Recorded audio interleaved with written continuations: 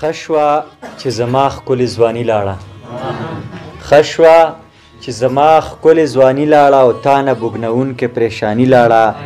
او ستا د ګدایۍ نوم خو ورپورې شو ستا د ګدایۍ نوم خو ورپورې شو خیر که د حمزه هغه خاني لاړه امیر حمزه شینواري رحمت الله علیه دوه شعرونه بلنه ورکوم د موږ د ننني محفل صدر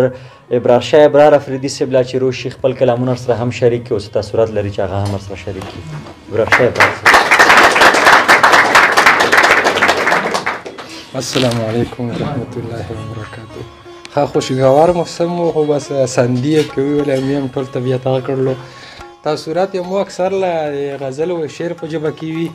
او ملګري یو ډېر ښکلي ښکلي کلامونه ورول یقینا چې موږ د کلام د څه خوند وي خو د روایاتو تر مخه به یو څو شعرونه زه هم ووایم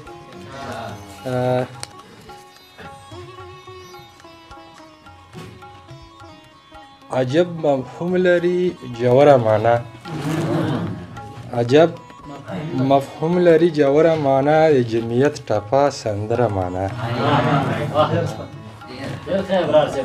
عجب مفهوم لري جوړه معنا او جمعیت ټپه سندره معنا او جب عکس په تندي لیدای شي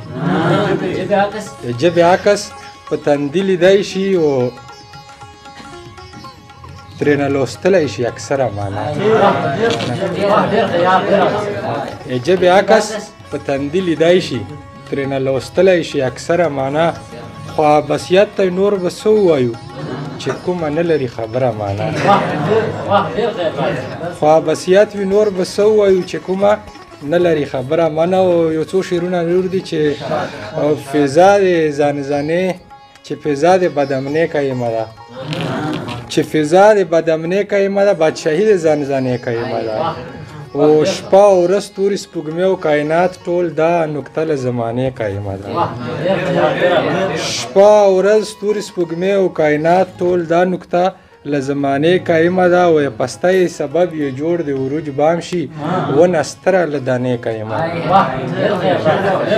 ده مننه د پستی سبب یې جوړ د عروج بام شي ونه ستره له دانې قایمه ده او په تش لاس مې بادشاهي ده په ایشیا کې په تش لاس میں بادشاہی دا پیشیا کے سکہ دلتا افغانے قیمہ په تش لاس میں بادشاہی دا پیشیا کے سکہ دلتا افغانے قیمہ دا لنډ بحر غوندې غزل دی چې ګونګی شي ضمیر غږ چې ګونګی شي ضمیر غږ نفس نه کړي د ماګیر غږ او په انسان کې لیدای نشي په انسان کې لیدای نشي چې وي څرنګه اسیر غږ په انسان کې لیدای نشي چې وي څرنګه اسیر غږ او په سوونو مریدان وي وشي یو نیم لای پیر غږ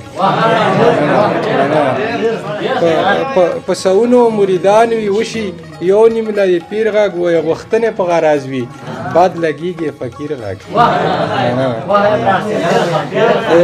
غوښتنې په غراض وي باد لګیږي فقیر غږ وایي بقا راز پکې پروت وي د بقا راز پکې پروت وي قلم و شمشیر غږ د بقا راز پکې پروت وي قلم و شمشیر غږ او یم حیران په حافظه کې یم حیران په حافظه کې لري څرنګه تصویر غږ یم حیران افسان ټلیفونو کې غږ نه یم پیژني یم حیران په حافظه کې لري څرنګه تصویر غږ او دا خو ژبه کلام دو دا خو ژبه کلام دو دا چشولو تر تحریر غږ او د ادب لوی دانشور و شو تر غوږ مې نن د میر غږ میر تکي میر صاحب د ادب لوی دانشور و مونږ په لسم وتم کې شعرونه غزلې لري د ادب لوی دانشور و شو تر غوږ مې نن د میر غږ او سنت فکر چې تسمیه یې جوړ تطهیر شي تسمیه یې جوړ تطهیر شي او شي په ذبح تکبیر غږ مننه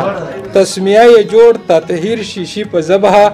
تکبیر غږ او ابرار تر اوسه نشي لوی مازغه غواړي تفسیر غږ